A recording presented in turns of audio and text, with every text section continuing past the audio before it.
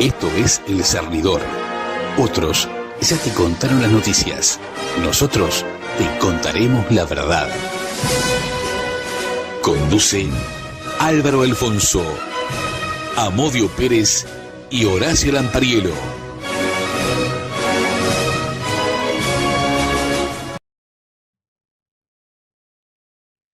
Buenas noches, Uruguay.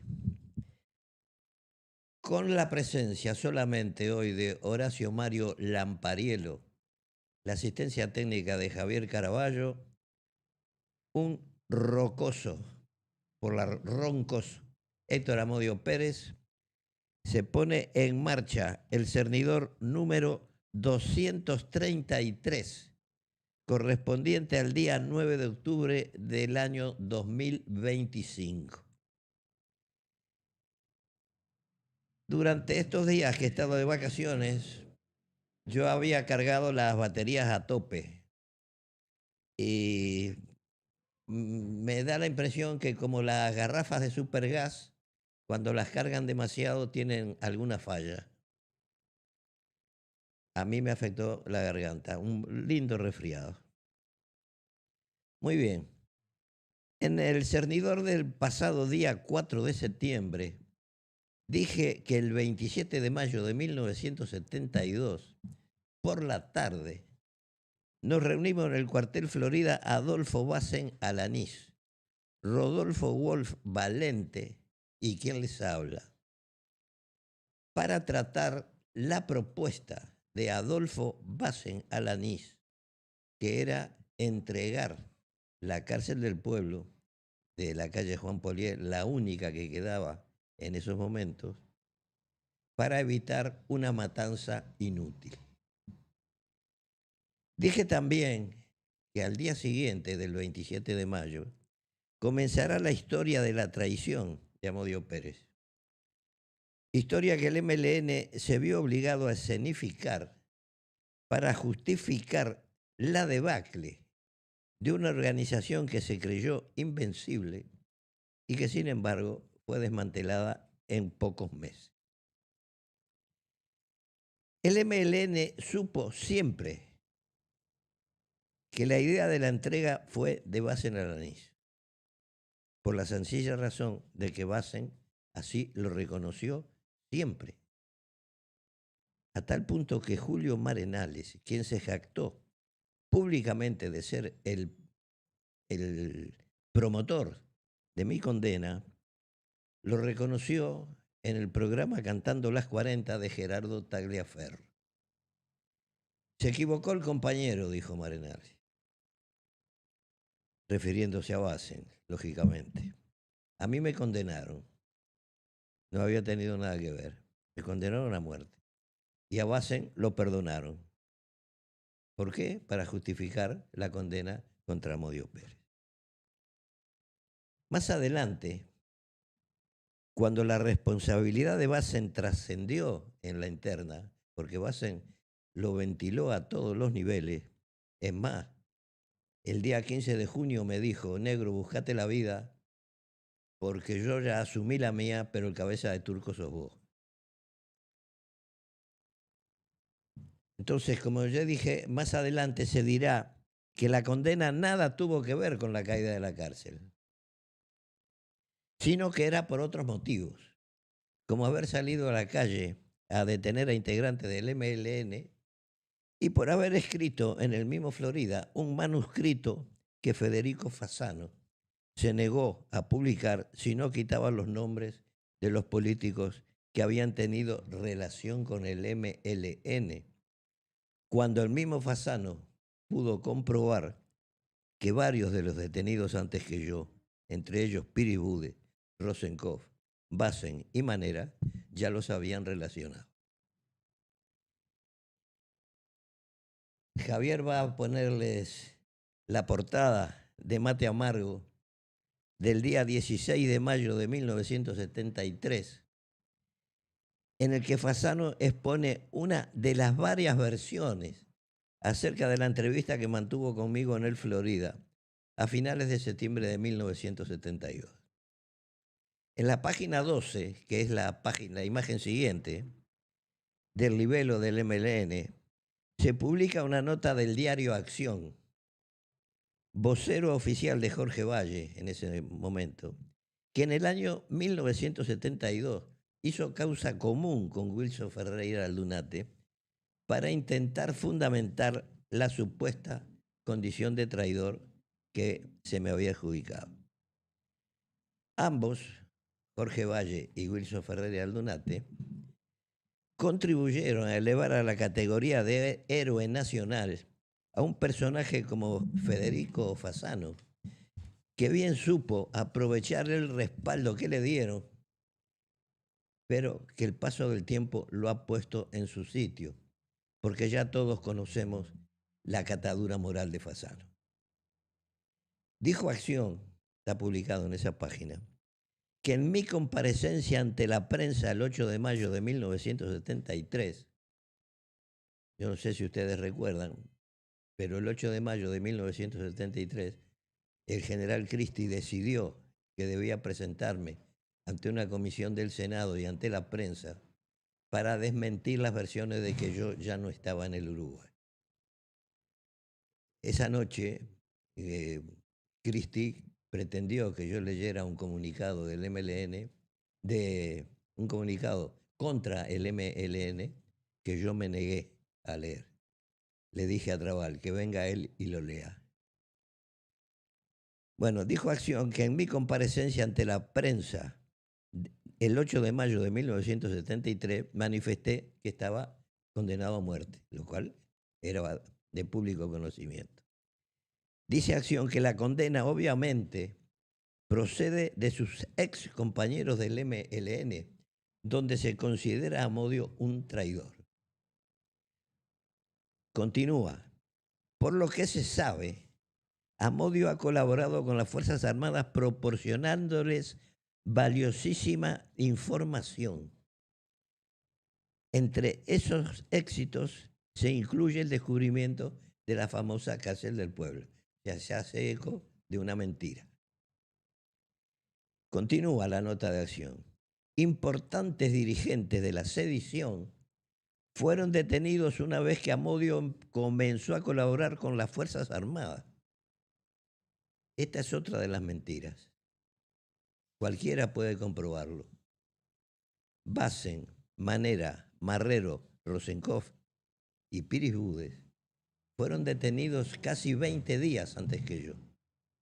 Y en esos 20 días dieron información sobre todo de los políticos vinculados al MLN. El único que fue detenido, dirigente del MLN, que fue detenido después que yo estaba preso, fue Marenales.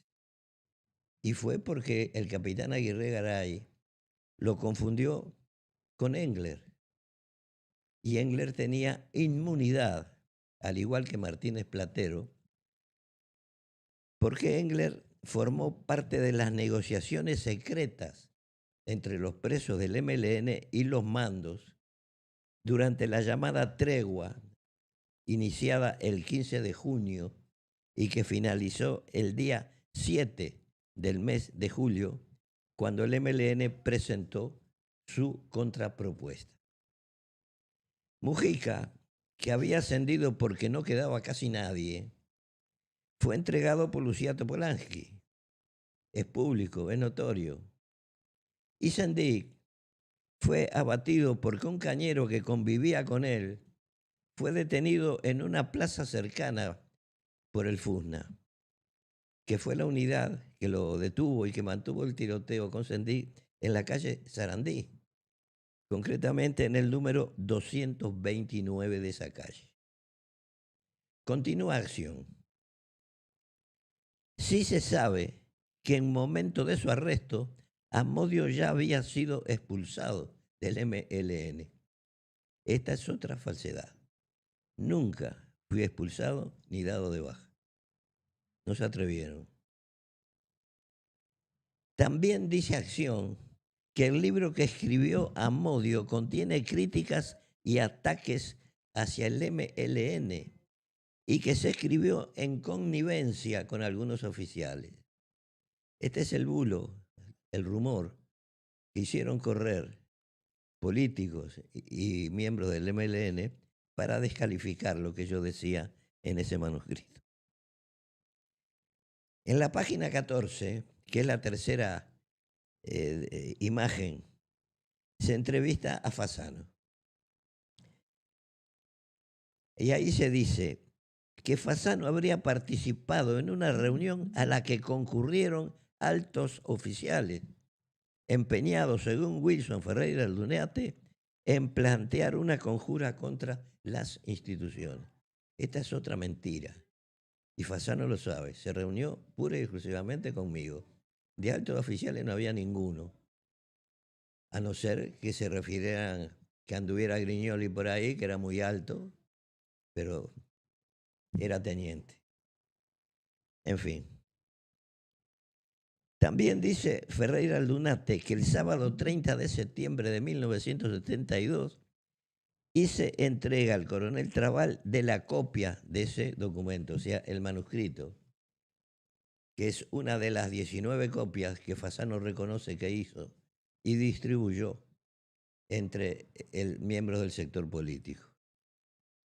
En esa página 14 se dice que Michelini afirmó que no había a través del manuscrito ninguna convivencia de los tupamaros con las Fuerzas Armadas, sino solamente de Amodio Pérez. Michelini se olvidó de sus propias palabras un año antes, cuando en el Parlamento anunció las negociaciones de los presos encabezados por Fernando Huidobro, con los altos mandos de las Fuerzas Armadas. En la misma página, Paz Aguirre abunda sobre esa cuestión. Hoy sabemos que entre los tupamaros presos y miembros de las Fuerzas Armadas se discutió la rendición incondicional del MLN, en medio de una tregua llamada por Fernández Huidobro la tregua armada. Conversaciones en que, por las propias palabras de Fernández Huidobro, él las deja claras, yo no participé nunca. También sabemos que Jorge Valle fue detenido porque el MLN lo acusó de ser el responsable de la infidencia, hecho que Paz Aguirre no menciona en el reportaje. Más adelante se transcriben palabras de Ferreira Aldunate. Dice que en esta emergencia el señor Fasano, no sé por qué motivos, contribuyó eficazmente a desbaratar una conjura contra las instituciones y el sistema político del país.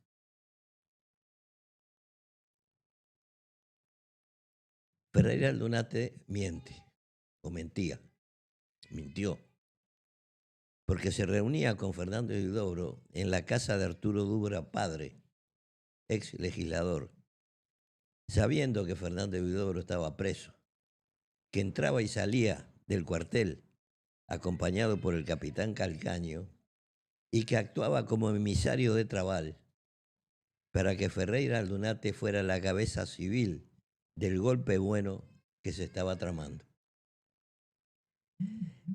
En el reportaje, Fasano dice que en caso que se concrete un atentado, tengo todo previsto para que se revelen los entretelones del caso Amodio, ya que todo lo que se ha dicho no es nada comparado con lo que sucedió realmente. Imaginaciones de la mente calenturienta de Federico Fasano. De todas maneras, dice Fasano, esta presunta sentencia de muerte me honra y no la temo. No es la primera vez que pongo en juego la vida en defensa de la liberación nacional. Pregúntenle a Fasano si alguna vez luchó por el reconocimiento de los derechos de sus trabajadores. Mate Amargo le pregunta qué puede decir sobre los hechos que rodearon la redacción del presunto libro de Amodio. Dice Fasano que sobre este tema he guardado un silencio que no quebraré, salvo que las revelaciones que algunos legisladores concretarían en los próximos días sean inexactas. Continúa. Es verdad que adopté una actitud digna y que rechacé una abultadísima suma de dinero. Sobre el complot que desbaraté, prefiero no contestar. Una mentira tras de otra. Además, cualquiera de ustedes puede comprobar que Fasano ha hablado de este caso en repetidas oportunidades, sobre todo a partir del año 2013, cuando yo comencé a enviar las cartas. Álvaro Díez de Medina ha escrito un libro que se llama Mapa de un engaño, en el que analiza la versión publicada de la supuesta memoria de Amodio, notoriamente falsa, comparándola con la verdadera de la que yo guardo copia y que Álvaro, hoy que no está presente, pero puede certificar que nombra la versión falsa a muchos más políticos que yo. ¿Por qué? Porque él ha comparado las dos versiones. La versión falsa fue publicada varias veces y está archivada en la Facultad de Humanidades, en el Archivo Cámpora, como las memorias de Amodio Pérez. Marenales y Fernández Huidobro comentaron en el mismo Mate Amargo la versión falsa, cayendo en el más absoluto de los ridículos. Le contestaban a alguien que no era Amodio Pérez. Todavía no sabemos quién escribió la versión falsa. Toda la historia acerca del libro se montó cuando ya Bassen había reconocido su responsabilidad, por lo que la condena sobre mí había que mantenerla a toda costa. Antes de acusarme por el libro, se me acusó, como dije anteriormente, de haber señalado a compañeros en la calle, cosa que nunca se pudo comprobar porque no es verdad, lisa y llanamente. Ahora bien, pese a ser falsa, esa acusación de que salía a la calle a detener integrantes del MLN le sirvió al coronel Orozmón Pereira para que sorteara la acusación que las 28 mujeres hicieron sobre Pereira y el también coronel Lucero. Lucero fue procesado, pese a los dos informes médicos que lo declaraban mentalmente incapaz. Mientras que Pereira sigue paseando a su perrito tranquilamente por haberse prestado a declarar falsamente frente a la jueza Julia Estarico y la fiscal Estela Llorente. Además, ha conseguido que el fiscal Percivale no lo tenga en cuenta en su cruzada vengadora. Bueno, ayer se cumplieron 56 años de la llamada toma de Pando y hoy se cumplen 58 de la muerte del Che Guevara. Pero el próximo lunes me referiré a estos temas. Bueno, don Amodio, buenas noches a los televidentes y le doy el grato saludo del retorno al programa. Muchas gracias. Para después del 20 vamos a estar equipo completo. Estamos cerca ya, ¿no? Muy bien. Yo veo que está difónico, así que hoy vamos a tratar de darle un poco de espacio, que no quiere decir que no opine, pero por lo menos que respire entre frase y frase. Es problema de la garganta nada más. Está bien. Me están llegando, ronquera. Me llegan mensajes acá. Marcelo dice: buenas noches a todo el equipo, qué bueno el regreso de Amodio, de a poco se va armando el cuadro nuevamente. Después tenemos de Lidia, que dice que lo felicita, que espera que le haya ido bien en sus vacaciones. Muchas gracias. Que yo sé que usted en las vacaciones anduvo bien. Sí, señor. Lástima que, como dije, entre los viajes, los aviones, los cambios de clima y todo lo demás, pues me he agarrado este resfrío, que espero que no vaya a más. Acá el 494 dice: Amodio, bienvenido, estás rejuvenecido y hecho un churro. Se te extrañó mucho. Amodio pudo ubicar la casa de Punta Carretas donde encontraron el túnel. Mamita, solo usted era capaces de gatear entre tanta mierda y excremento. Hoy día no creo que los gurises revolucionarios sean capaces de andar por esas cloacas espantosas. Gurises revolucionarios. Ahora no hay, no, los actuales no lo harían. No hay. Porque ¿qué pasa? No hay. Mientras Hoy vos tienen otras preocupaciones. Exacto. Les lograron... Que si los campeones. Seguro. Le dieron con la justa. Le dieron con el precio sin darse cuenta que se habían vendido. Vos sabés que mientras vos estabas de licencia pasaron el programa ese. Varios capítulos. ¿Ah, sí? Y tuvo una fuerza bárbara, porque claro, lo que hizo este muchacho, creo que Ponce de León, el muchacho que hace el programa ese, lo hizo muy bien. Aparte dijo, bueno, desde que arranca hasta donde se meten. Y el loco se metía para adentro, ¿no?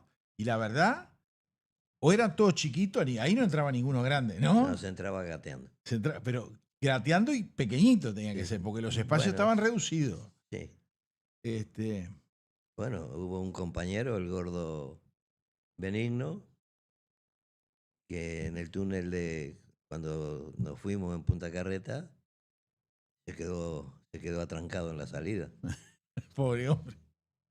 Era tan gordo y tan grande que en el penal de Libertad era el único que andaba sin mameluco, porque no había. No había talle. No había talla. En esa época les daban mameluco a todos. Exactamente. Mejor equipados que ahora en las cárceles. Mire qué bien. Seguro. Acá sigue el mensaje. Hay que tener estómago, papi, como dice el Lampa.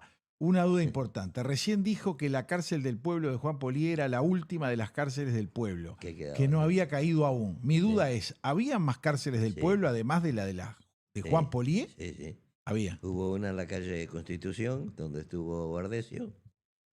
Otra en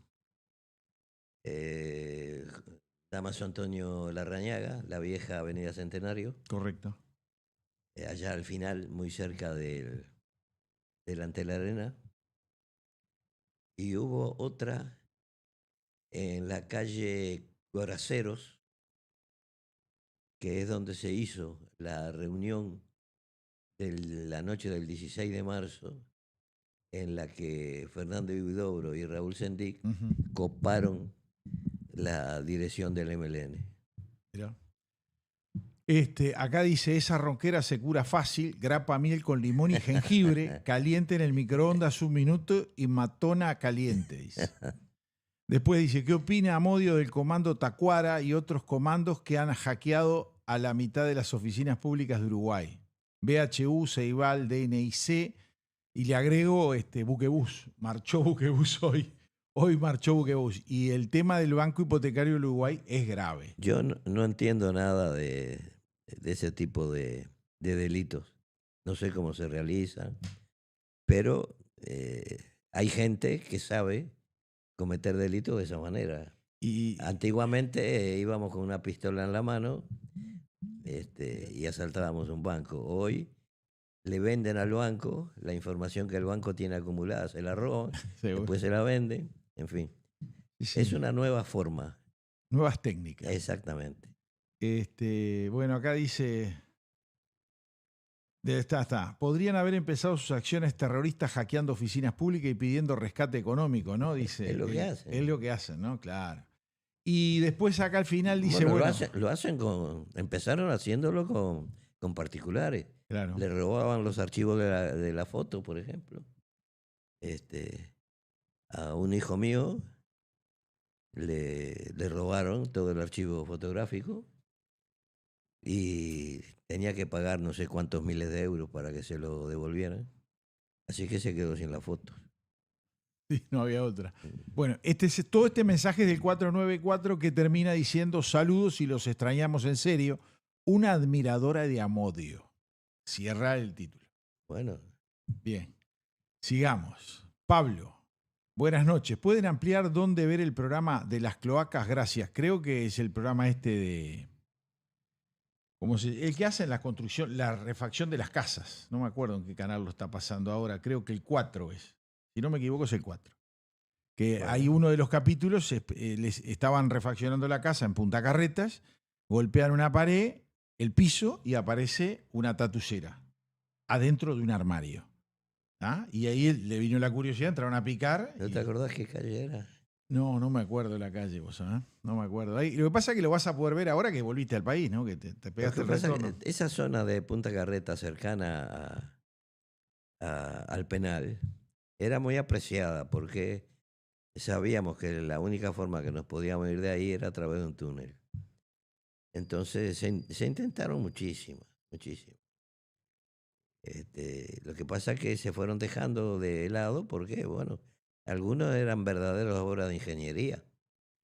Y claro, no estábamos en condiciones de dedicar toda la organización y además no teníamos medios. Yo voy a buscar, porque tengo que me llegó hace 2 meses más o menos, un informativo, creo que era el del 10 de la época, cuando vino la demolición del Punta Carretas, de la cárcel para hacer el shopping, donde se mostraban todas las salidas que había de los distintos túneles hechos y por lo menos había 3 o 4 que Sí. no estaban registrados en la policía, o sea que nunca los habían descubierto, que no habían podido ejecutarlos porque uno se había chocado contra el muro de salida y desistieron, y varios más que habían quedado por el camino, que no habían sido registrados, Mm.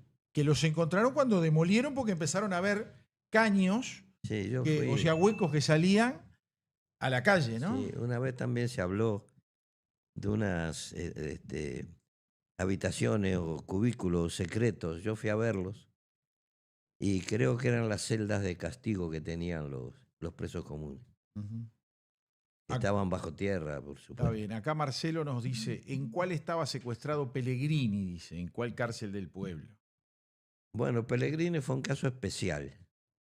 Eh, Fue un disparate en la forma en que se detuvo a Pellegrini. Pellegrini lo secuestramos nosotros en la columna 15, lo pasamos a la columna del interior en la zona de los balnearios, lo trasladaron en un carro y luego se trasladó a la calle Caonabó, en La Teja o Nuevo París. No recuerdo ahora a nombre de quién estaba el alquiler de la casa, era un miembro del MLN, lógicamente, y estaba dentro de una carpa que se había montado en el comedor de la casa. O sea que no resistía ningún allanamiento. Yo cuando fui, eso es una historia larguísima, porque esa fue una irresponsabilidad de Fernández Huidobro, que se hizo cargo de la custodia de Pellegrini y Gianpietro sin tener las condiciones para ello. Además, la gente de la columna 5, que en ese momento integraba la microfracción, no lo quería entregar. Yo había negociado con la familia Manini la liberación de Pellegrini y ellos me decían, no, vos arreglar lo que quieras, pero a Pellegrini no te lo entregamos. Y como yo no sabía dónde estaba, no podíamos ir una patota a buscar a Pellegrini. Al final los convencí. Así que lindos viajes se agarraba usted, ¿no? Esos son los de menos. Está bien. Tuve otros viajes, Peores. como resolver las dobles relaciones Bien, de esas entre cosas uno también. y otra, y otra y otro, y esas cosas. Allá iba yo. El ejecutivo siempre me decía, tenés que ir a arreglar el problema de fulanita, que no era el problema de fulanita, era el problema de fulanita y fulanito. Y otro fulanito. Claro, Habían 3 en el lío. claro, Siempre 3. claro. Había presos que creían que su compañera seguía siendo su compañera y resulta que por las causas que fuera ya habían iniciado otra relación. Sin Entonces, avisarle al preso. exactamente. Entonces, bueno, cuando eso se dio, hubo un caso que llevó al suicidio del gorila Ramos. Mirá. Sabemos que fue así porque un coronel que está en contacto con nosotros, que era el encargado de las escuchas en el penal de Libertad, así nos lo ha testificado. Ramos se enteró de que su compañera había iniciado otra relación y decidió, se ahorcó. ¿Qué le parece? Bueno, acá nos dice el 043, el conductor es Sebastián Beltrán, Canal 4, salud. Tiene razón.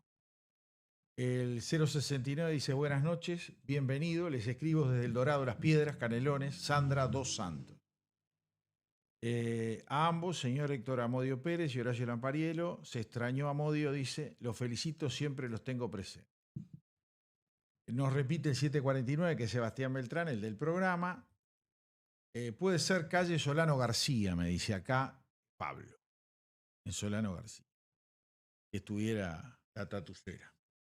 Lo que pasa es que por Solano García fue que salimos. Por Solano García salimos. 35-25. Está la casa. Che, Yo pasé ¿y no hace... habrán sido tan bestias los milicos que taparon el lado de la cárcel y no el lado de la casa? Y sí, capaz que pasó eso. O tenía una segunda entrada. No, pero el túnel pasaba por debajo del jardín y salía en el comedor de la casa. Y bueno, pero esto era un armario, No, pero venía por una no, cloaca. Venía no, por la... pero eso se descubrió por la policía. Ah, sí. Claro, porque salimos por ahí. Bueno. Acá dice, buenas noches, disculpen, ¿qué pasó el lunes? No salieron, les escribo desde Melo, adelante. Neri de Melo. Bueno, no salimos el lunes porque teníamos un aviso que no iba a venir el operador oficial, don Javier, y no pudo venir el operador suplente. Entonces no teníamos más remedio, que ustedes saben que esto es, no digo que sea amateur, pero que si es a pura voluntad nuestra, entonces Claro. no tenemos la infraestructura que debería tener un canal que tuviera cubierto todas las posibilidades, entonces a veces no lo podemos sacar. Pero ya por lo menos hemos avanzado y tenemos también los días viernes el programa de Eduardo Luz, que ya lleva 4 programas, de los cuales 3 lo ha hecho acá y 1 lo hizo desde su casa porque estaba en el exterior, y viene con una audiencia bárbara. Interesantísimo, además. No, aparte, como todo los lo de programas, Eduardo Luz. Exactamente. Brillante Don Amodio, que se mejore, dice Roger Ojeda. Ese Gracias. nos saluda. Después dice, estoy en la espera del programa, ¿qué pasó? Las 20:05. Bueno, le digo que estamos saliendo al aire. O sea, que estamos al aire. 20:05, son 20:06, hace rato que venimos y bien. Se ve que no enganchó en el lugar. Acá nos mandan uno, pero es texto. No, no es texto, no lo puedo leer porque si no se me complica. A ver, si uno dice algo más abajo, sí. No estaba, gracias. No sé. Bueno, no lo tengo. Ahora le vamos a pedir a don Javier poner un audio que nos mandó don Álvaro Alfonso. Audiencia del Cernidor, muy buenas noches. El 3 de diciembre de 1986 se produjo un debate en el programa Prioridad por el Canal 10 que tanto hace falta en nuestros días, no solo por la calidad del mismo, sino por la misma calidad de sus conductores. En aquel momento Omar de Feo, Ángel María Luna y Barret Puig. De la misma forma en Canal 12 con Never Araujo y también Carlos Giacosa en el Canal 4. 19 días después de ese debate se aprobó la ley de caducidad. Participaron el ministro del Interior, doctor Antonio Marquesano, por el gobierno del Partido Colorado, Wilson Ferreira Aldunate por el Partido Nacional y el general Liber Seregni por el Frente Amplio. Allí quedó al descubierto algo que la historia de los culturosos universitarios y sus seguidores de la historia reciente esquivan como Maradona a sus rivales. Seregni había propuesto una salida para los militares que habían cometido violaciones a los derechos humanos, suspender por un año la citación de los mismos a la justicia y ver qué se hacía después, en ese lapso, como si fuera la suspensión de los pagos de una ley de alquileres. Lo más insólito era que la propuesta venía de un amigo del presidente histórico del Frente Amplio. Lo novedoso era que el proyecto de Seregni lo tenían que votar los colorados y los blancos, el Frente Amplio votaría en contra y él se comprometía a que las bases de la coalición de izquierda no atacaran a quienes salvarían al país de la ya decretada en ese momento crisis institucional debido a que los mandos militares habían bajado línea, que los involucrados no se presentarían ante la justicia por operaciones realizadas antes y durante la dictadura contra la subversión. Ferreira Aldunate, en el transcurso del debate, dijo una frase que no integra el rosario del Partido Nacional. Ante tamaña barbaridad propuesta por Sereñi, arguyó Wilson Ferreira.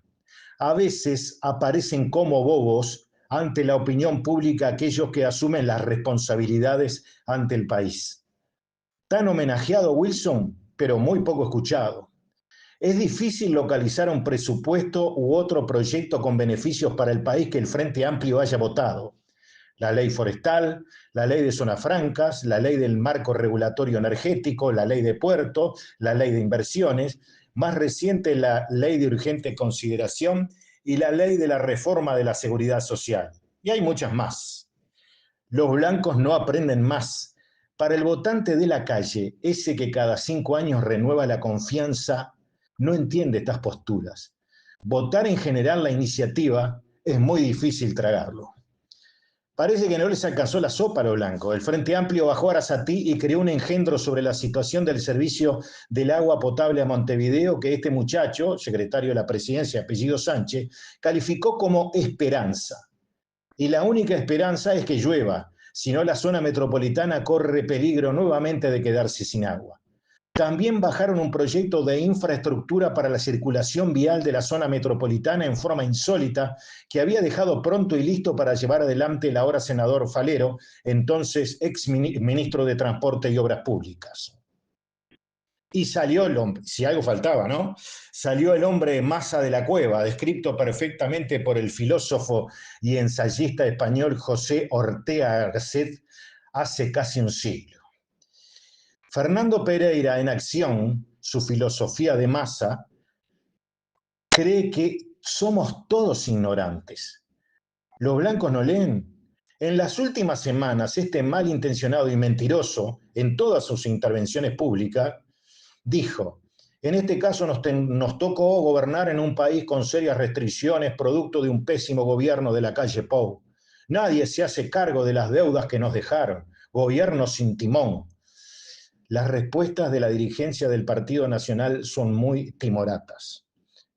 Nunca apuntan que el Frente Amplio fundió ANCAP, que fundió y cerró Pluna, y podríamos seguir con una larga lista. Pero, ¿cómo es esto? Si parece que la guita sobra, porque viajan más que Marco Polo, los representantes de este gobierno, y no precisamente en económica, sino en la que tiene una pantalla privada y sobra la comida y la bebida y cuesta unos cuantos miles de dólares más. Casi el país ya olvidó la creación de lo que en el programa, en mi caso, he denominado humo social, para el gobierno el diálogo social. El director de los empresarios, el señor Pereira, del Banco de Previsión Social, propuso al final del pasado gobierno, en una de las últimas sesiones, impulsar una auditoría sobre las reparaciones pecuniarias, la ley 18.033, la denominada ley del guerrillero que tanto hemos hablado en el programa. Pese a contar con la mayoría de la coalición, se terminó derivando a una comisión de auditoría.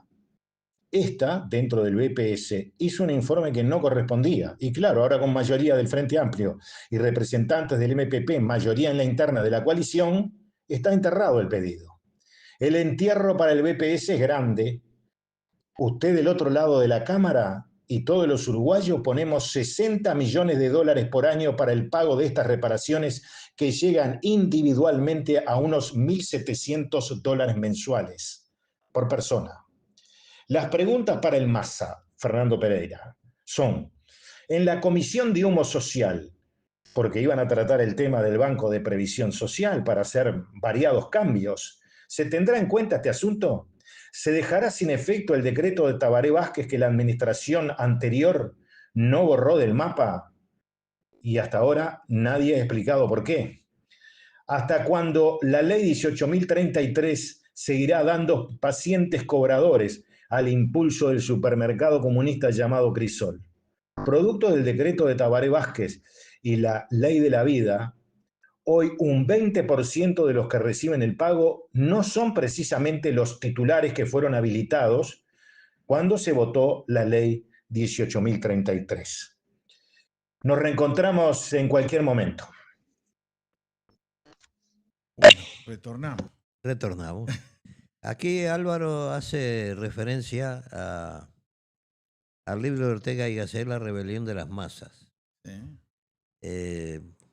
Hace unos días me enteré que en el Uruguay, concretamente en el Frente Amplio, ha habido una rebelión de las bases, Sí. con lo cual, digamos, más o menos, en el lenguaje de las organizaciones políticas, sobre todo si presumen de ser de izquierda, masa y bases se pueden considerar como sinónimos. Ahora, yo escuché las críticas de los voceros de los disidentes, de los críticos. Yo las comparto todas, realmente. Pero yo pregunto, ¿dónde estaban anteriormente estos críticos de la política del Frente Amplio? Recién ahora, en el año 2025, se enteran de que la política del Frente Amplio no ha sido nunca una política de izquierda. Sustituyamos la palabra izquierda y digamos una política basada en el bienestar general, ya que ya no les gusta a mucha gente que nos definamos como de izquierda. Digamos que lo que pretendemos es que la política responda a los intereses del pueblo uruguayo, que son los que le pagan el sueldo a los legisladores, son los que le pagan el sueldo a todos los ministros, que son, en definitiva, los que llevan adelante estas políticas antipopulares. Porque, como explicó muy bien Gustavo Salle hace unos días en el programa de Neri Pinato, el Uruguay es un país dependiente y depende de que desde el exterior las organizaciones de calificación de deuda y todo lo demás le den el visto bueno. Y que para que el Uruguay pueda colocar su deuda en el exterior y poder seguir pagando el presupuesto, porque el Uruguay prácticamente ya no produce nada, hay que cumplir los designios que se nos marcan desde afuera. ¿eh? Entonces, ¿qué pasa? Que ahora, como no está Mujica, se atreven a levantar la voz. ¿Qué hicieron en los 20 años antes? ¿O no eran militantes del Frente Amplio algunos de ellos? Recién ahora se incorporaron a filas. Bueno, yo creo que Mire, ya está bien. yo voy a continuar con lo que usted dijo. Hay un artículo de Montevideo Portal, que es un periódico digital, que no es precisamente ni de derecha, podrá ser de centro izquierda o de izquierda, pero no de otro lado. Divorcio en puerta, desazón generalizada, dice, militantes del Frente Amplio llaman a eventos con críticas al gobierno de Orsi. Frente amplistas de varios sectores consideran que la gestión no es de izquierda en muchos aspectos y que hay diferencias irreconciliables, dicen ellos, ¿no? Un grupo de militantes frente amplistas de a pie, esto me recuerda a Jorge Valle, ¿no? Disconforme con la gestión que lleva adelante el gobierno encabezado por Yamandu Orsi, convoca a un encuentro para este sábado 4, esto es un artículo viejo, ¿no? De octubre del 2025, de 14 a 16:30, dice.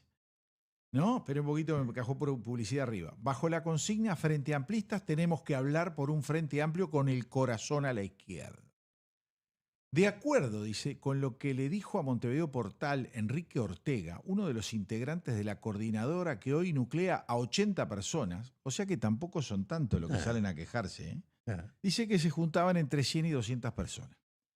Dice, pero que según anticipa convocará a muchos más. Este encuentro está motivado por la desazón generalizada. Espere un poquito porque odio que me pongan publicidad y me corten la lectura. Dice, desde hace de enfrentamiento con el gobierno actual que han manifestado en redes sociales desde hace un par de meses. Durante mucho tiempo estos militantes guardaron silencio, escuche esto, ¿sí? Porque se encontraban... Espere un poco. Qué divino. Esto lo hace a propósito para que yo no lo pueda leer. Me lo corren para un lado y para el otro. Dice, a ver, acá debe estar. Sin pasto, sienten que no están con un gobierno de izquierda en muchos aspectos. Durante mucho tiempo esos militantes guardaron silencio porque se encontraban en una encrucijada. Mirá. ¿Cómo criticar fraternalmente con la lealtad de un Frente Amplista sin dar pasto a los adversarios del Frente Amplio? Mira, esa es la vieja excusa.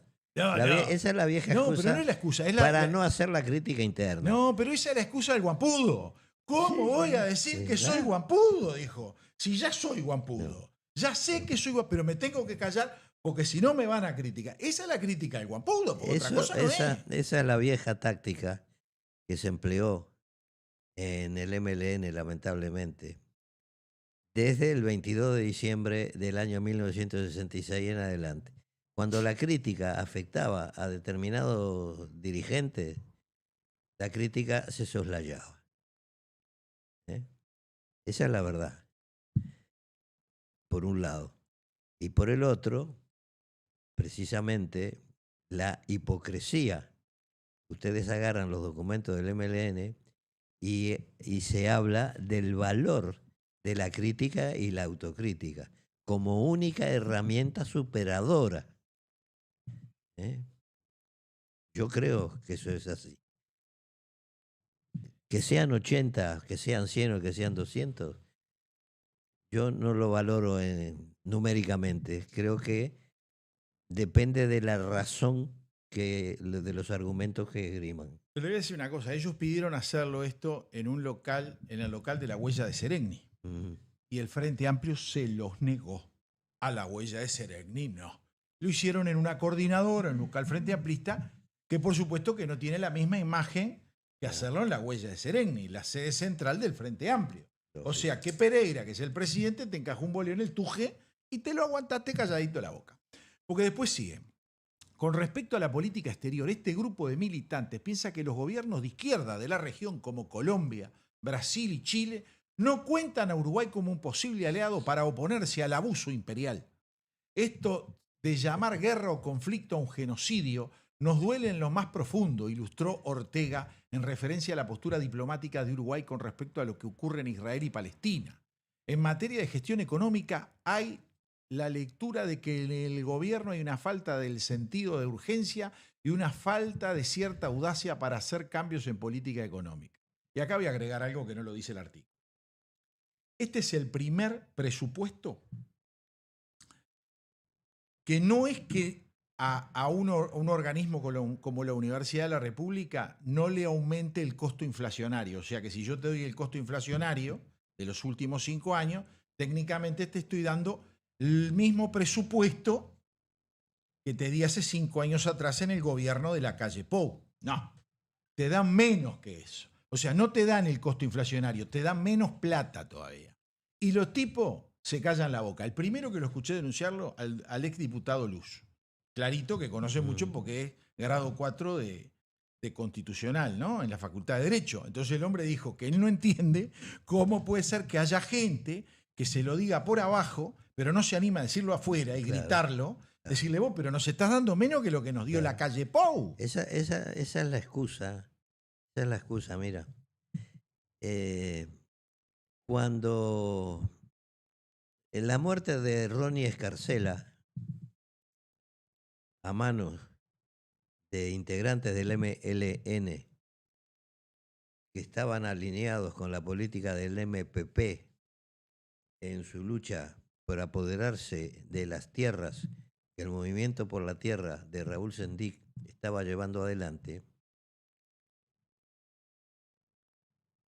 uno de los integrantes de ese grupo que participó en la reunión le avisó a otro integrante de otra organización que no era del MLN, pero que había estado en contacto con Sendic y Sendic le había dado en administración una de las chacras. Estoy refiriendo a Tony Rossi Garretano. Hubo un integrante del MLN, Enrique Osano, que le avisó. Osano le avisó a el Tony Rossi Garretano que si no entregaba las escrituras era boleta. todos sabemos que Ronnie Escarcela se negó a entregar las escrituras y fue boleta. ¿Mm? Entonces, en una oportunidad hace muy poco, yo públicamente le pedí a Osano que reconociera eso y dijo públicamente no porque le hago un favor a la derecha. O sea, les importa un carajo la verdad. Y son capaces de defender la más absoluta ignominia, como fue la muerte de Ronnie Escarcela, que obligó a su mujer y a sus hijas a exilarse. En fin. Tanto en democracia. Sí, Ahora, sí, si sí, no hace después de la tanto. dictadura. Después de la Estamos dictadura. hablando de los años 90. Ah, por eso. Estamos hablando de los años 90. Y que la investigación de ese caso quedó medio bajo una mesa. Que, por supuesto. Porque hubieron charlas. Por supuesto. Entre tenientes de Artigas por supuesto. y gente ahí y los MLN. Bastante complicado. Después sigue la nota y dice, notamos que se busca hacer lo mejor posible, pero dentro del marco limitado de este modelo económico. O sea que ya entra a echar para atrás el hombre, ¿no? Y el Frente Amplio no nació para administrar este modelo, nació para cambiarlo. Claro, no estamos hablando de nacionalizar los medios de producción y de dictadura del proletariado. Hablamos de que se puede hacer muchísimo más en el contexto actual, pero notamos la predominancia de una mentalidad un tanto conservadora. Sí, yo estoy de acuerdo. Y después dice que el impuesto del 1% al rico, que fueron al bombo. Yo estoy de acuerdo con eso. Lo que pasa es que eso viene siendo así desde el año, yo qué sé, el año del golero. Sí, de la primera presidencia de Vázquez. Claro. Y aumentado con la presidencia de Mujica. Por supuesto. Que extranjerizó totalmente todas las tierras. En fin. Bueno, ahora para terminar esto, yo le voy a pedir, que no me dio tiempo para pedirle, pero la sombra de Mujica es alargada, era alargada. Ahora se está cortando, me parece. Sí. Es cierto. El video número 7, el del ex diputado Rubio de Unidad Popular,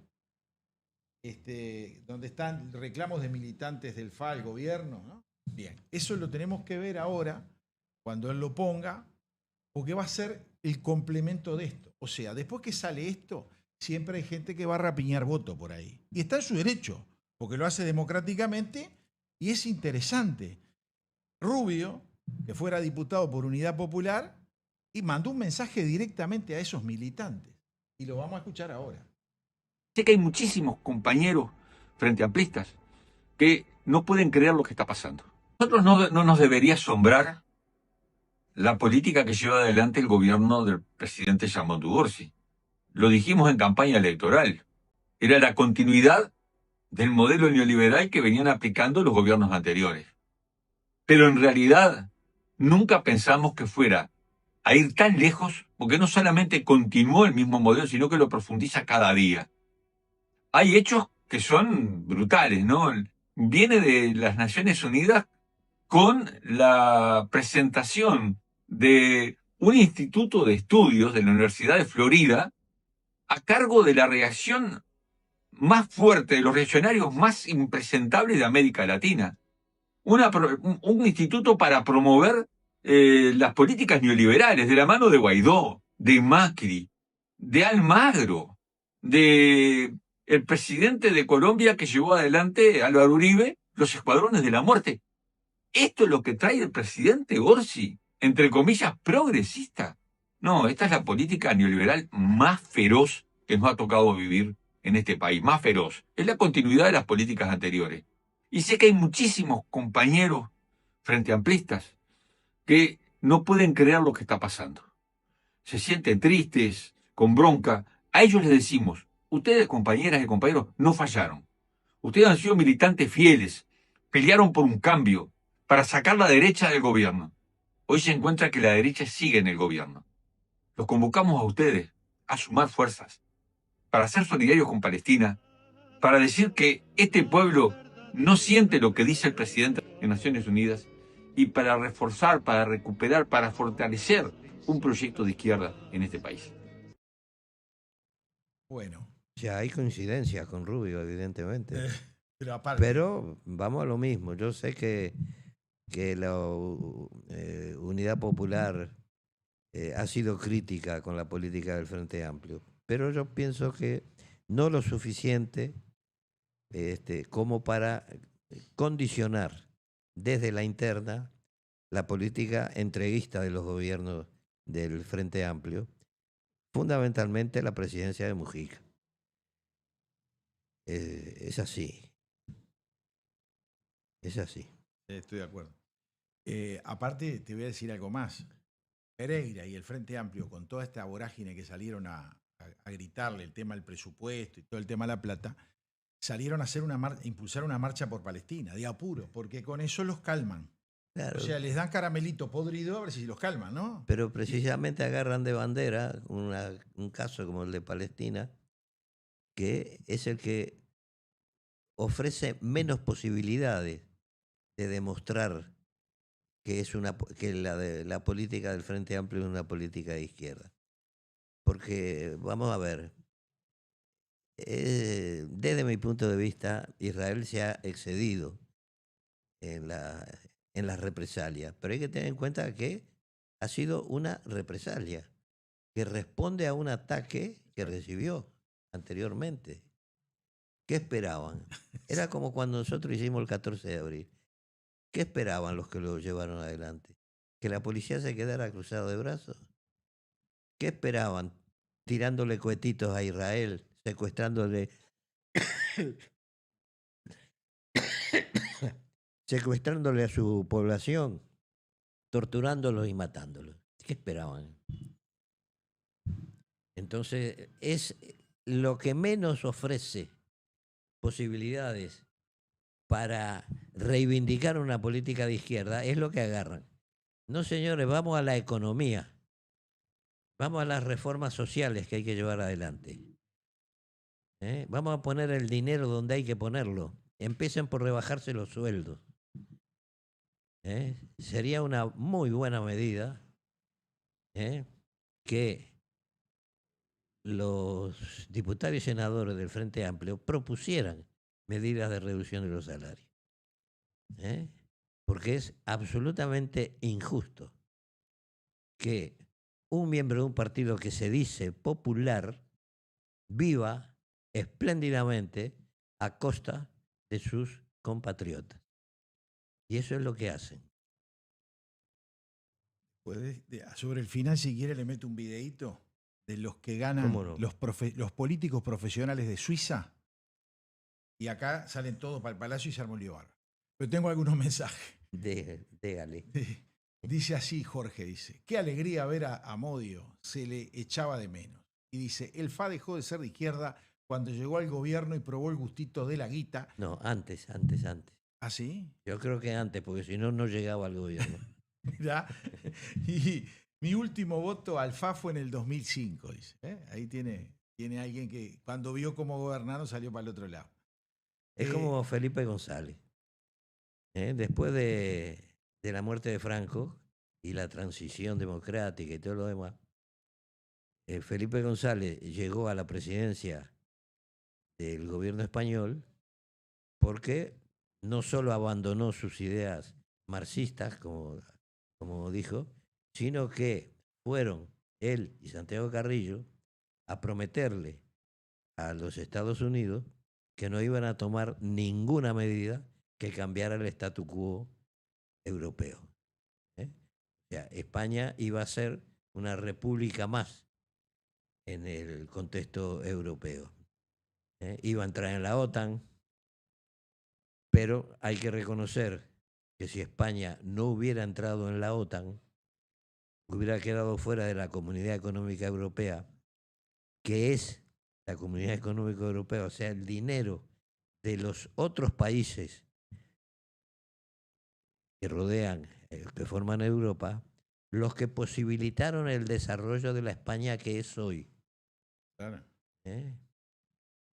Pero hubo que dejar de lado OTAN de entrada no, que era el eslogan del PSOE, el Partido Socialista Obrero Español, que hoy está sumido en una crisis de corrupción enorme, que tampoco es nueva, que empezó en el primer gobierno de Felipe González.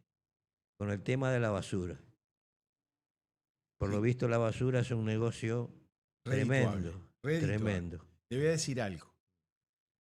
Capaz que se le transforman los sueños del PSOE, porque ahora Bush, en una charla con el presidente de Finlandia, le dijo, che, les pedí que invirtieran plata, ¿no? Todos están poniendo el 5%, España no llega.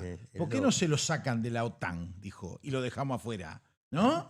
Vamos a echarlo, si total no ponen plata. No pueden, las bases las bases de la OTAN en España son muy importantes. Exacto, pero el tipo los va midiendo.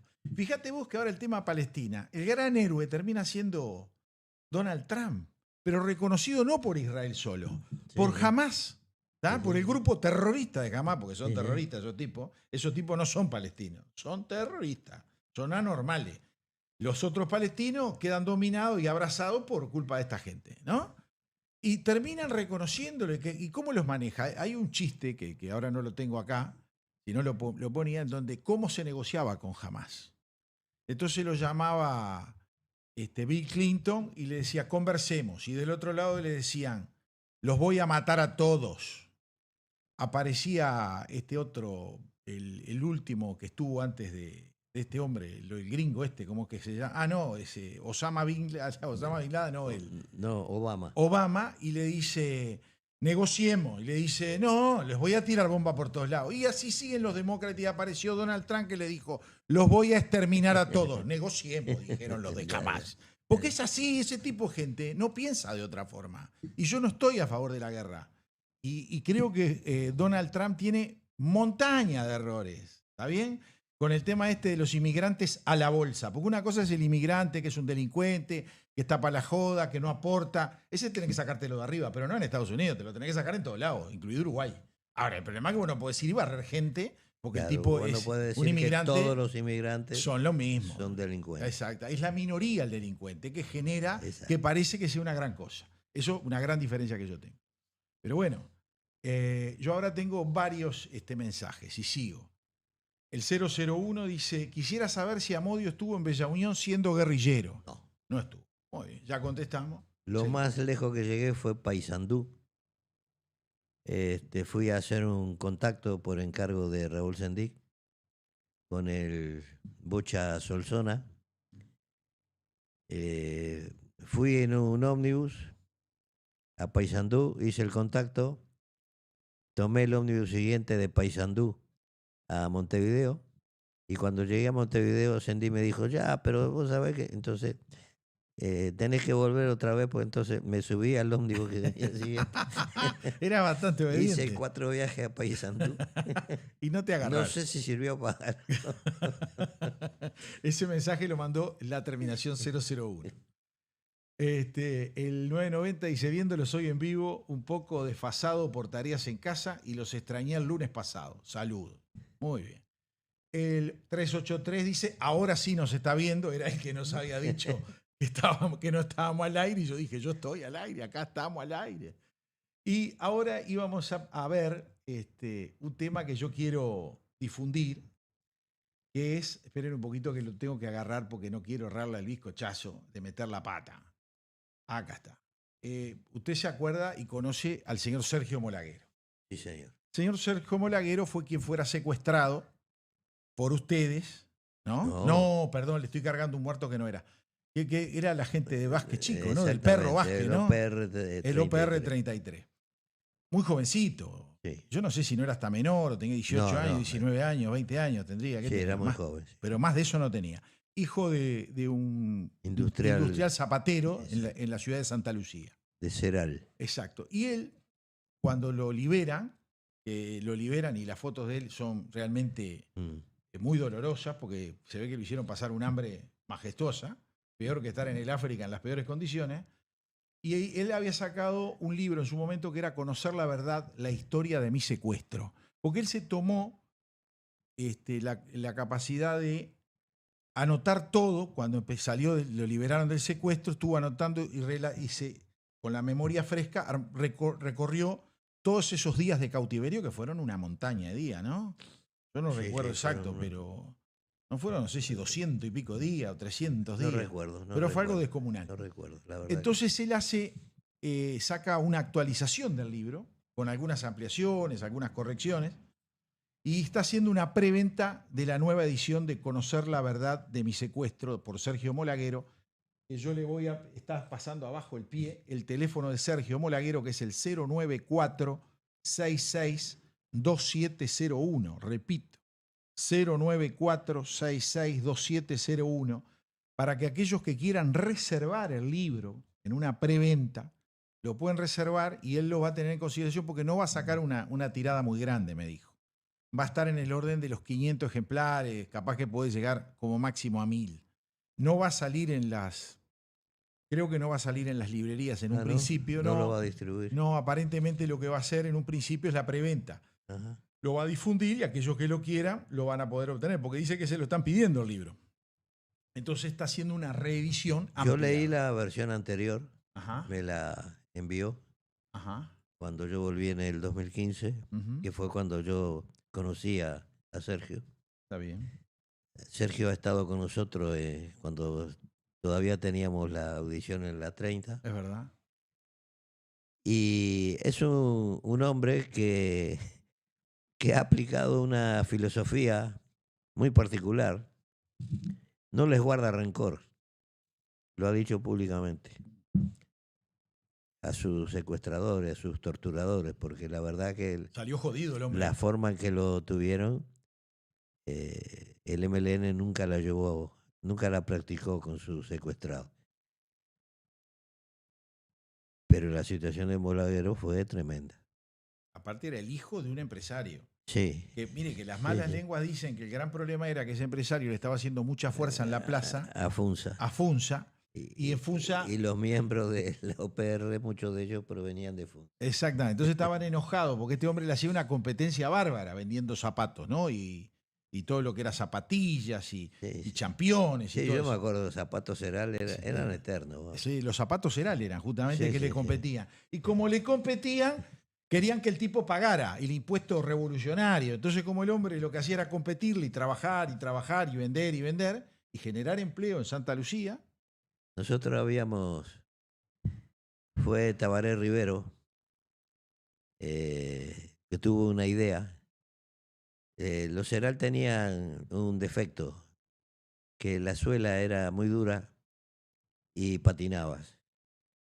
Entonces le pegábamos la cubierta de las Vespas. Ah, mirá. Le pegábamos en la suela y en los tacos trozos de goma de la suela de las Vespas. Entonces quedaban unas botas realmente fantásticas. La idea fue de Tabaré Rivero. Mire usted. En su casa de Domingo Torres, yo tuve una de esas botas y muchos compañeros del MLN Está bien. Así que les repito, Sergio Molaguero, Conocer la verdad de mi secuestro, Sí, reedición. que cuente conmigo. Sí, porque aparte me dijo que hay una parte que ahora lo incluye a usted en su posición y Alvarito también, me estuvo diciendo. Lo hablé todo telefónicamente. Sí, yo sabía que él lo iba a hacer porque estuvimos hablando, él me pidió alguna información Exactamente, también. esa información creo que parte Me de pidió esa alguna información, yo se la la di. volcó a la reedición. Así que les repito, 094-66-2701. Y ahora quiero hablar del conflicto maravilloso del puerto de Montevideo. Nunca vi una marcha atrás metida como la que metió el presidente del sindicato del puerto. A la tarde, la asamblea había resuelto seguir con el conflicto. Lo llamaron del edificio de la presidencia y el hombre tuvo que encajar una marcha atrás segura. Pero segura. Porque lo que estaban haciendo esos muchachos iba directo al suicidio. Iba igual que todo este problema que estaba pasando porque estos estaban violando un convenio colectivo, lo cual le dijo la empresa Catón Natif, señores, les voy a sacar todos los beneficios otorgados en el convenio y los voy a dejar con el sueldito pelado, y empezó a relatar los beneficios que tienen. Tienen un montón de beneficios. Tienen un complemento de aguinaldo. Tienen 6 días más de licencia al año pagos. Tienen un montón de cosas más de dinero. ¿Está bien? y le dijo, mire, ustedes vieron el convenio, yo lo denuncio, chau Pinela y agarrate Catalina. Y entonces, ¿qué es lo que sucedió? Dice, tenemos a todo el Uruguay pendiente de esta situación, señaló el sindicato portuario en un comunicado dirigido a los trabajadores de Terminal Cuenca del Plata. ¿Sabés que estaban orgullosos de que habían parado todo? Porque claro, habían empezado a desviarse los barcos, algunos a Buenos Aires y otros a San Pablo, con cargas que venían a Montevideo, que al no bajarlas en Montevideo, les aclaro, las tienen que bajar o en Buenos Aires o en San Pablo y traerlas vía tierra los que la habían encargado, con el sobrecosto correspondiente, la demora, y porque estos chicos decidieron que no iban a trabajar, porque les iban a implantar un sistema que resulta ser que se aplica, un sistema de un software, organización de la parte administrativa. No es que le digan, voy a sustituir al operador de la grúa número tal, no. El sistema ese parece que lo que hace que se aplica en las 3/4 partes de los puertos del mundo, porque tuve que interiorizarme para entender este lío cómo era, y funciona de esta forma. Le dice, mira, se acerca el barco tal a puerto que va a venir a retirar el contenedor número 10.508. Y ese contenedor está ubicado debajo de 8 contenedores en tal fila, en tal lugar, porque está todo mapeado, ¿no? La zona donde están los contenedores. Así que tienen que ir ahora, sacarlo y ponerlo en primer lugar. Porque si lo ponemos en primer lugar, ya cuando venga el barco, el tiempo es menor para cargarlo y que el barco se vaya. Lo cual hace que todas las empresas navieras quieran utilizar ese tipo de empresa porque te lo sacan rapidito. Porque lo caro es tener un barco parado en el puerto. Hubieron 2 o 3 que se comieron 24 y 48 horas y hay uno que se cambió de muelle. Salió de Cantón Natif y se fue al muelle público porque estaba desesperado para que le bajaran la carga. Ya estaba en el puerto, no quería. Otro, antes de llegar al puerto de Montevideo, siguieron de largo a Buenos Aires, o los que venían de Buenos Aires siguieron camino a San Pablo, antes de entrar a puerto. Pero si no, era todo un tema de maniobra. Eso vale millones por día, un barco parado en un puerto. Entonces, yo, aparte de todo esto, esa tarde dijeron que no iban a trabajar al día siguiente cuando la empresa los había intimado, ¿no? A la noche lo llamó Presidencia, habrá sido Sánchez, supongo, el secretario de la Presidencia, y aparentemente los puso encaminados. Los ordenó. Indudablemente porque son grupos afines al Frente Amplio. Pero ¿qué pasa? Se están sintiendo que el Frente Amplio no les está dando los gustos que querían tener. Y ellos habían pedido que querían bajar a 6 horas, porque ellos habían definido, y yo voy a pasar un video ahora del ex senador Gandini, actual director por la oposición en la Administración Nacional de Puertos, en donde va a quedar claro y transparente cómo estos tipos no son sindicalistas, son aberrantemente unos burros, porque utilizan información de lugares equivocados, no de técnicos que los asesoren. Ellos habían dicho que iba a mejorar la productividad entre un 20 y un 30%. Entonces ellos dijeron, no, bájame a 6 horas. Está todo bárbaro, yo no estoy en contra de que se mejore eso. Hay muchos puertos europeos que trabajan 6 horas de turno, pero vos tenés que negociarlo. Y las empresas en el Uruguay, en los puertos y en el mundo trabajan 24 horas, por lo tanto tienen 3 turnos de 8. Si vos pones 4, vas a tener que agregar, ¿está bien?, 1/3 más de las personas para llegar a armar los 4 turnos. Y las empresas no les gusta gastar más plata, quieren mejorar el servicio ganando más dinero. Eso indudablemente los sindicatos tienen que llevar adelante una lucha, pero vos no podés tener un convenio firmado y decirte de un día para el otro, no, me bajo. ¿Está bien? Me bajo. Así que yo le voy a pedir a Javier que nos pase el video de Gandini sobre el tema puerto. Para ponerlo también en perspectiva, nunca hubo un conflicto más allá de 72 horas en la terminal. Llevamos 6 días. Los trabajadores saben desde hace mucho tiempo que se incorporaba el software Navis. Montecón, hace 3 años que usa Navis. 3/4 partes de los puertos del mundo lo usan. No es un software que esté vinculado a los equipamientos, no maneja una grúa. Es un software de gestión. Dice, este contenedor que está 3 pisos más para abajo hay que sacarlo porque sube primero al barco. Es eso. Eso mejora la gestión. Había que ponerlo. Lo compró en el año 2022. Vino gente de Estados Unidos, mandó gente a Estados Unidos, le dio cursos de capacitación al 100% de los trabajadores de TCP, 3 cursos de entre 24 y 40 horas, nunca hubo un problema. El día que migraba el sistema de uno a otro, de un software vigente al otro, ese día aparecen los documentos y aparecen los reclamos. ¿Qué dicen?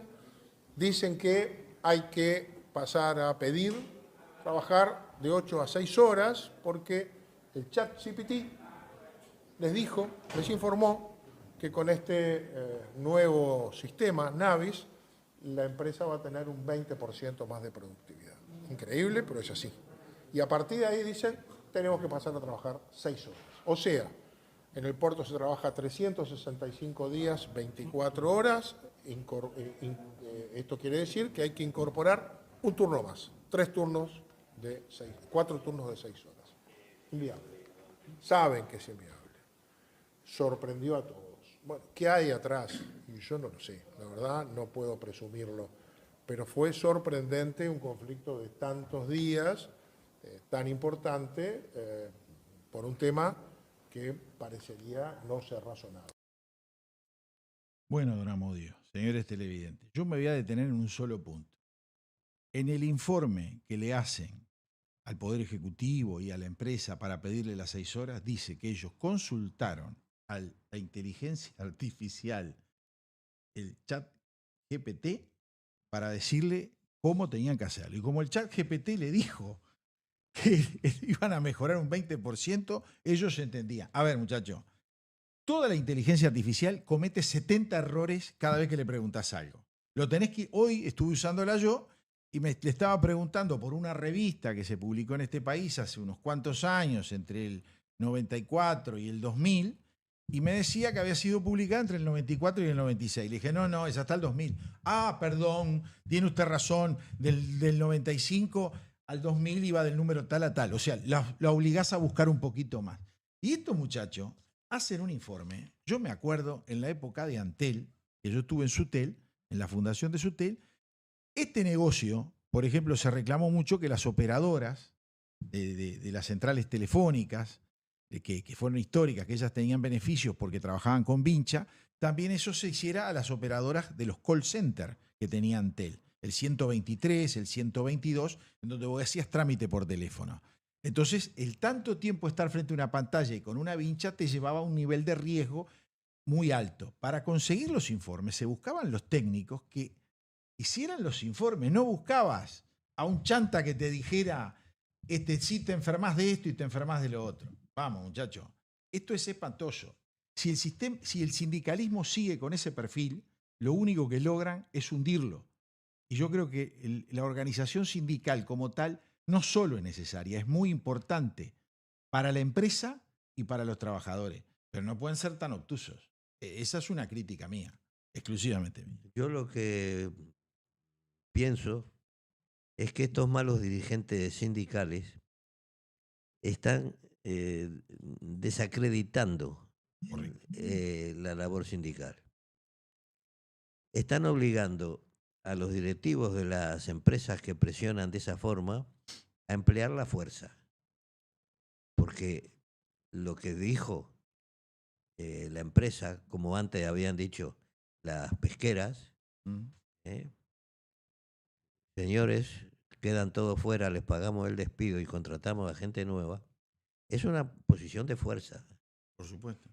Entonces, se puede llegar a dar el caso de que todos los directivos de las empresas, en vez de conceder mejoras salariales o sociales, etcétera, etcétera, decidan que es más rentable, dada la situación laboral del país, con la cantidad de mano de obra desocupada que tenemos, emplear la misma política.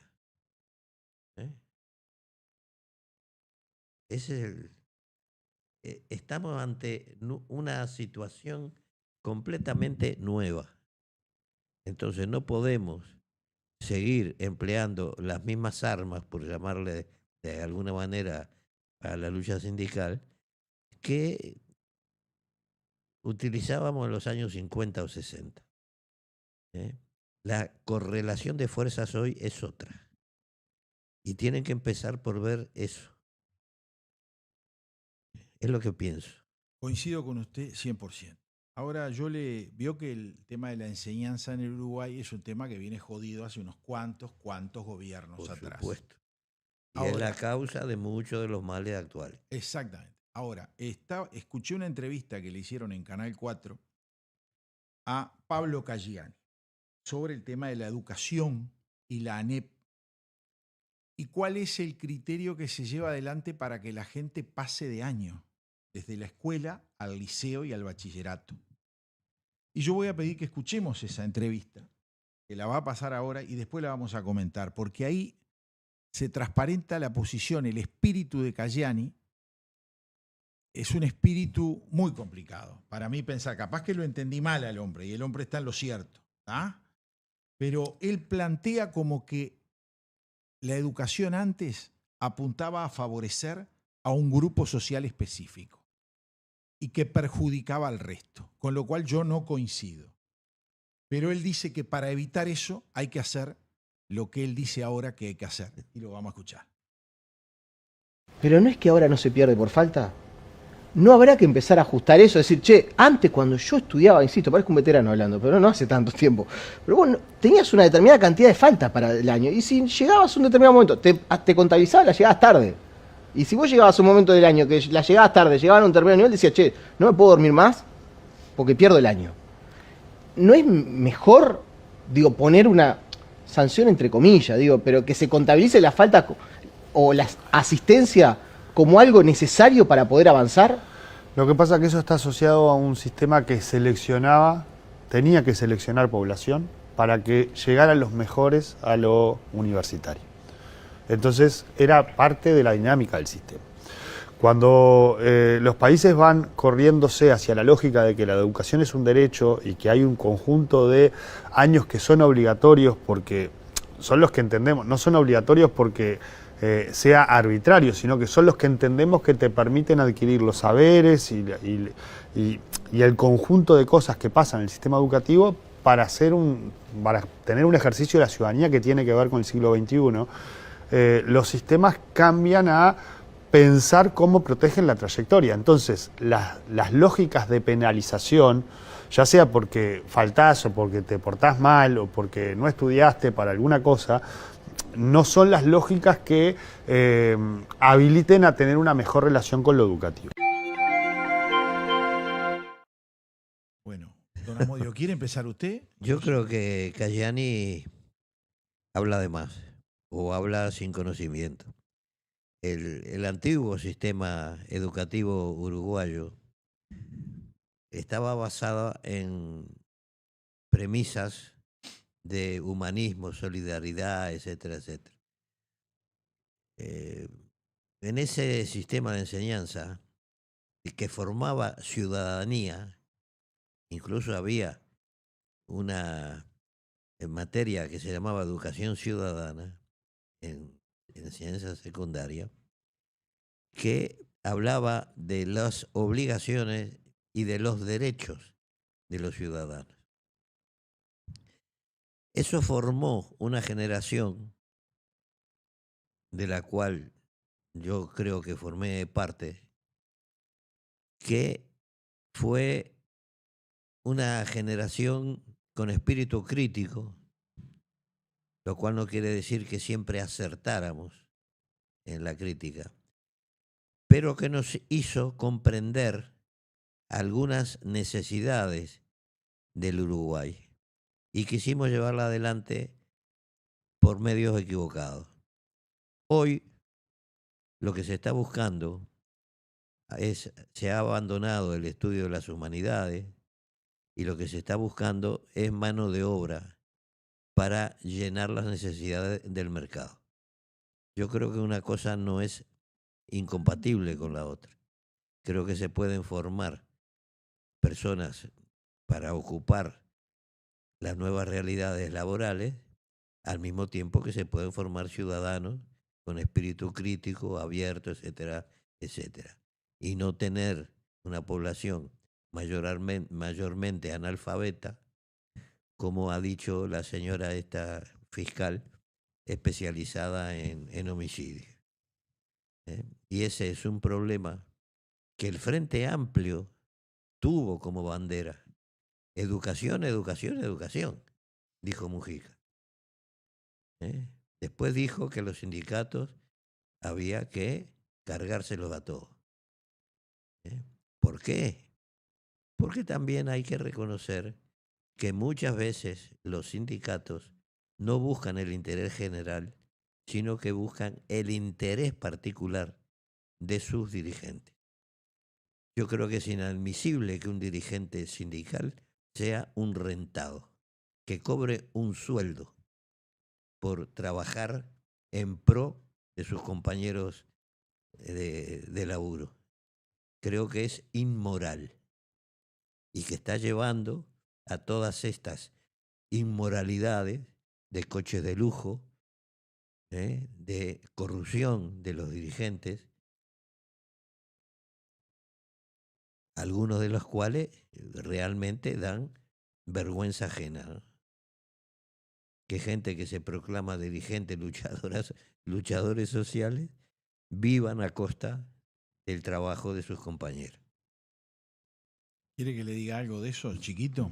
¿Cómo no? El Fogata Bermúdez tenía alquilado por la FUS un BMW 140.000 pesos por mes. Ahora vuelvo a Caggiani. Esa fue de gratis nomás. Vamos a volver a Caggiani. A ver, Caggiani dice que el modelo anterior impulsaba, si se quiere, a una clase social. No, querido. Los hijos de los inmigrantes que venían pelados de las viejas Europas, que salían de la guerra, la previa, la otra, la primera, la segunda, no tenían un mango, no tenían para comer, eran analfabetos. La mayoría de los gallegos que venían, por ejemplo. Pero sus hijos iban a la escuela. Pero sus hijos iban a la escuela y llegaron a ser de facultad. Y se recibieron en la facultad. Y teníamos compañeros judíos, armenios, turcos, españoles, italianos y algún argentino, ¿por qué no? En las escuelas. Claro. Y había de todas las clases sociales.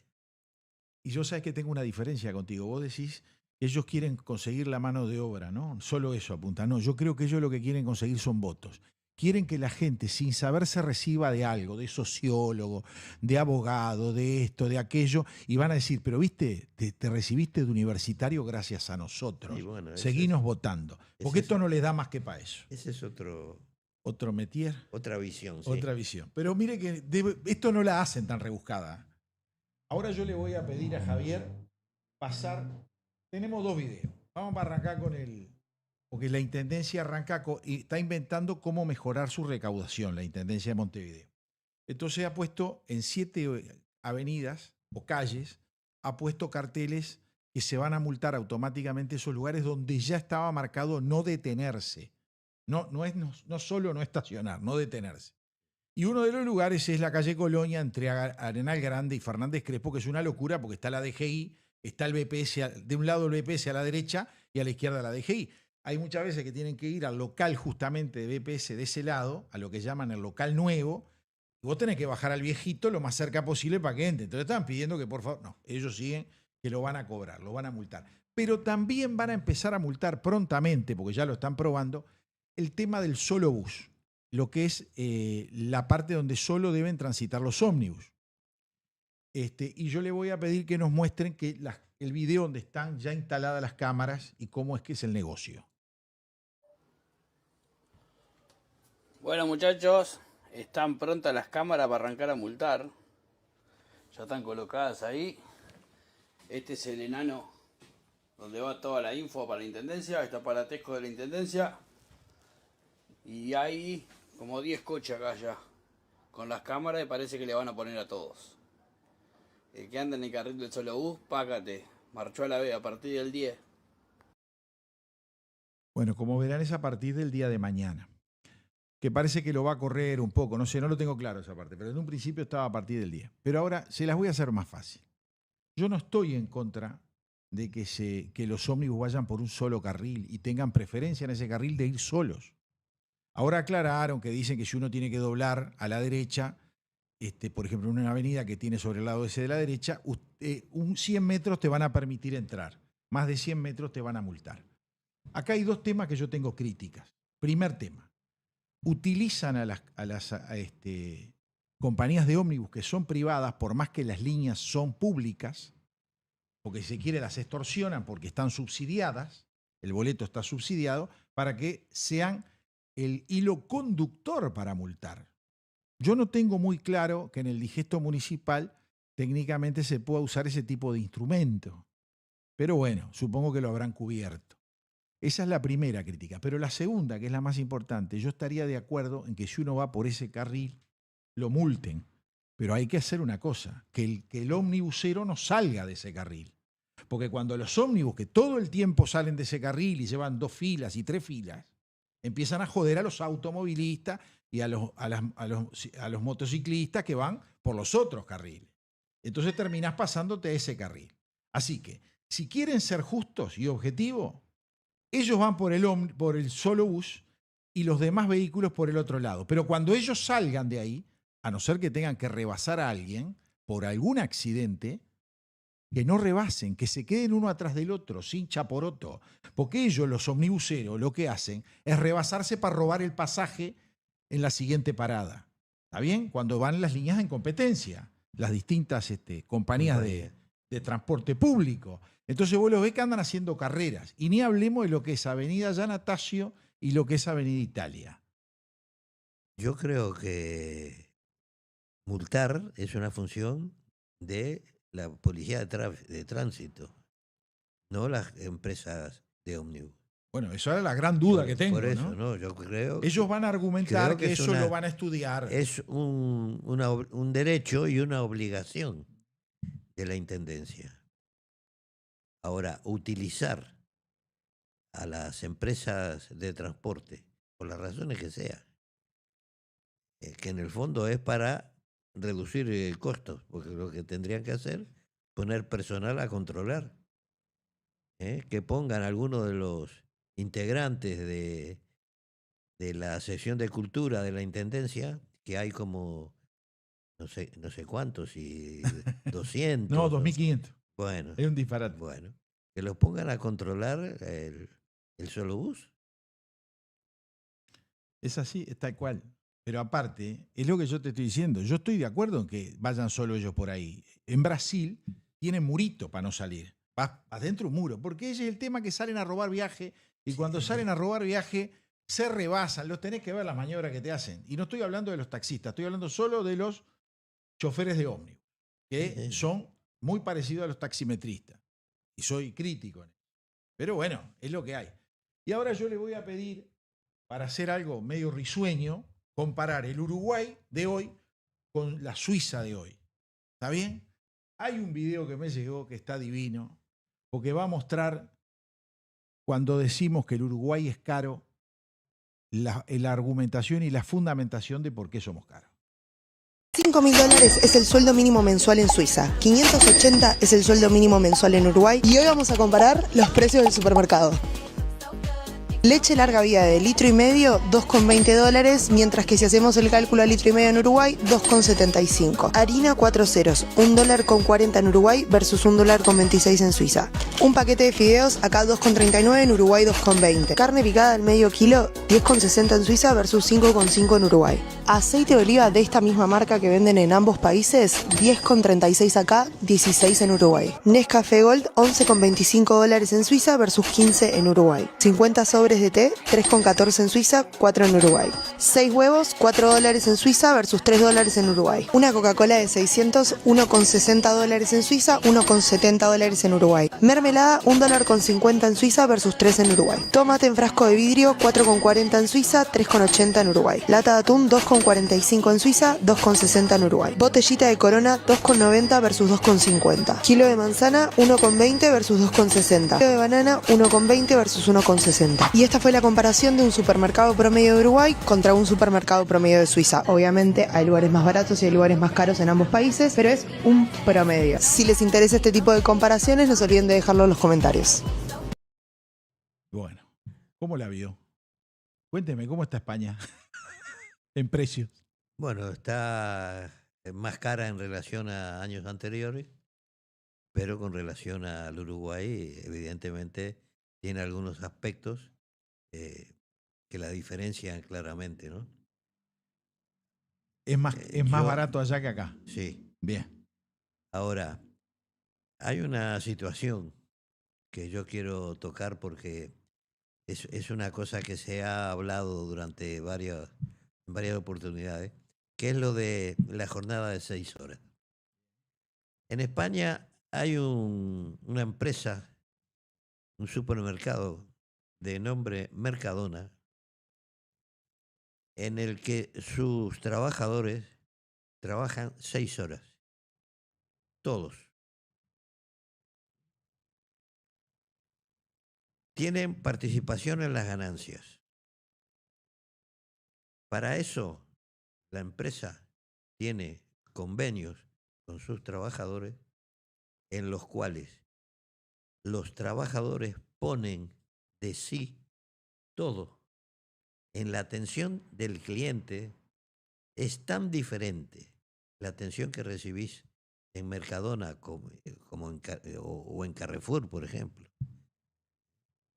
Porque los trabajadores que tienen además formación permanente, que hablan inglés, italiano, alemán, ¿m?